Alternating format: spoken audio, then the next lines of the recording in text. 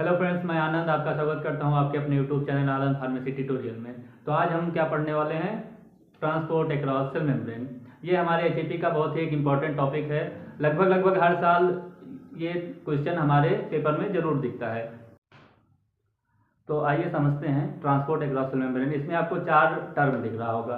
पहला तो ट्रांसपोर्ट, फिर अक्रॉस, फिर सेल और मेम्ब्रेन। ट्रांसपोर्ट का सीधा मतलब ये होता है कि आप किसी चीज़ को यहाँ से वहाँ पहुँचा रहे हैं। ट्रांसपोर्ट, तो ट्रांसपोर्ट को आप ऐसे समझ सकते हैं जैसे आपने कुछ खरीदा बाजार से, अब आपको बाजार से उसको घर भी लाना है। तो आपको जो बाजार से घर ला रहे हैं एक तरीके का ट्रांसपोर्ट हो गया। आप किसी चीज़ को यहाँ से वहाँ पहुँचा रहे हैं। तो जो पदार्थ होता है, जो सब्सटेंस होते हैं, वो सेल के अंदर या फिर बाहर ट्रांसपोर्ट होते हैं। एक्रॉस का मतलब हो गया क्रॉस, जैसे कि कोई भी सब्सटेंस है सेल के अंदर जाने के लिए या फिर सेल से बाहर जाने के लिए एक मेम्ब्रेन होता है जिसको हम प्लाज्मा मेम्ब्रेन कहते हैं, उसको क्रॉस करता है, तो उसके लिए कहा गया एक्रॉस। सेल मेम्ब्रेन, जैसा कि आपको हमने पिछले वीडियो में बताया है कि सेल क्या होता है और सेल मेम्ब्रेन क्या होता है। तो सेल आप ऐसे समझ सकते हैं जैसे कि कोई घर बना होता है तो वो एक ईंटों से मिलकर बना होता है। जो ईंट है वो घर का बेसिक इकाई है, बेसिक यूनिट है। सेम उसी तरीके से हमारा बॉडी या फिर किसी भी प्लांट का बॉडी जो पूरा बना होता है वो सेल से मिलकर बना होता है।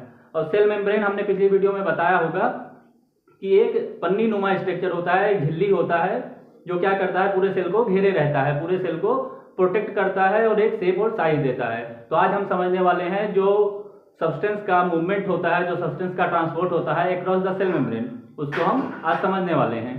तो सेल मेम्ब्रेन फास्फोलिपिड का बना होता है, आप लोग जानते होंगे, पिछली वीडियो में भी मैंने बताया है। सेल मेम्ब्रेन फास्फोलिपिड का बना होता है जिसमें क्या होता है, फास्फोलिपिड का 2 लेयर होता है।